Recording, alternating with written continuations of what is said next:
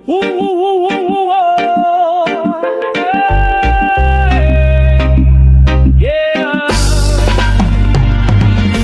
Kung pila imo anak, kontraktor pila imo anak, dakog yun siguro inyong kuha, dagkuman balik sa bahay. Kung pila imo anak, kontraktor pila imo anak, dakog yun siguro inyong kuha, dagkuman balik sa bahay. Dugay namin nagpuyo at pangsasapa sa among baryo, diri namin nabuhi, diri pa natawo among lolo. Maong pag-ingon na ay tulay itupod ninyo, imbis nga malipay na himor ang kalbaryo. Hayahay daw tabay, wana daw tayangay, ikabala ka kay sakto kadako ang pundo sa tulay. Sa bagay di mo ka batik sakit, di mo ka agay, kay di man na inyo haang naanod nga balay. Kung pila imo anak, kontraktor pila imo anak, dakog yun siguro inyong kuha, dagkuman balik sa bahay.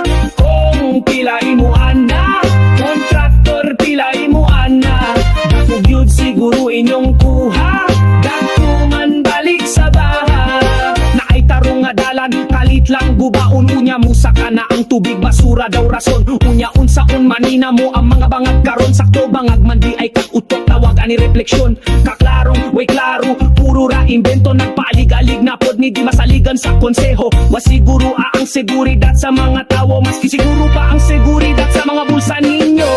Kung pila imo anak, kontraktor pila imo anak, dakog yun siguro inyong kuha, dagkuman balik sa bahay. Kung pila imo anak, kontraktor pila imo anak, dakog yun siguro inyong kuha, dagkuman balik sa bahay. Di na natama tinggala kung way paki sila sa ato, asamtang kita nagniwang sila na nambok pod ang bulsa. Katong mamalidya ay uglan sang diha sa kanto sa una pag ilan nilang kung karon dagan nagsakyan ng nakahilera, pero ay ka mga magikero na sila, kaya nila himo nung fishpond ang syudad na uga. Di lang diha kutob ang ilang mahika, abracadabra substandard paldo na puta. Kung pila imo anak, kontraktor pila imo anak, dakog yun siguro inyong kuha,